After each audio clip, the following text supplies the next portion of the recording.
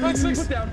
This is the playable SCP-096. They spawn in a dedicated end room in heavy containment. The lore of 9-6 is that they are a sad, docile creature that becomes enraged after someone observes their face, whether in person or through photos. 9-6 has an innate sense of where their observers are and will overcome any possible obstacle to reach and kill them. This SCP doesn't want anyone's attention, but for opposing players, their consideration is demanded. Docile and raging are the two main states of 9-6. Docile 9-6 cannot do anything to harm humans, and must attempt to either have their face be seen or be shot in order to switch to Raging 9-6. Until then, they can only wander or hold on flat parallel walls to try and silence their cry, which humans can hear from a distance. After being triggered by a human, the 9-6 player will be given the option to enrage, an ability you can opt out of if you choose. Targeted humans will know what they've done, being given both an audio and visual cue. There is a short transition between these states that slows 9-6 down and has distinct sounds to inform other players when their rage is beginning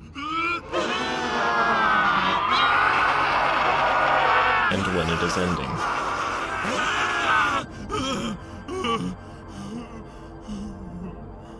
Raging 9-6 will receive a lot of changes. First, their targets will be highlighted through walls, and non-targets, including ally SCPs, will become invisible. Second, the regenerating armor that SCPs possess, their Hume Shield, will receive significant nerfs. And of course, they will unlock their attack moves. Left-click is a fast melee for quickly sweeping targets, and right-click is for a charge move that launches 9-6 forward, deals greater damage, and applies a lingering status effect to targets that harm vision. If this attack crosses a non-target, unlike the left-click attack, it will hurt them as well, providing hit markers, but not revealing them or doing as much damage. Both attacks will instantly destroy most standard doors, but you can still open them normally as 9-6 if you'd prefer not to. Raging 9-6 can also open up large doors, even ones locked by key cards, simply by interacting with them. A unique prying animation will play where 9-6 squeezes themselves between the doors, creating a temporary gap. Other SCPs can travel through it, but humans will die. The balancing of SCP-096 may have more history than any other, if not the most debated. As of making this video, the balance is set to make 9-6 a very vulnerable SCP. If you are a human, aside from riding an elevator, there is little that can be done to escape 9-6 after spotting them, especially if they've been triggered by multiple humans and have an extended rage. What can be done is to shoot them if you have a weapon. If you are alone, you may certainly be able to damage their main HP before you die, even if only a little bit.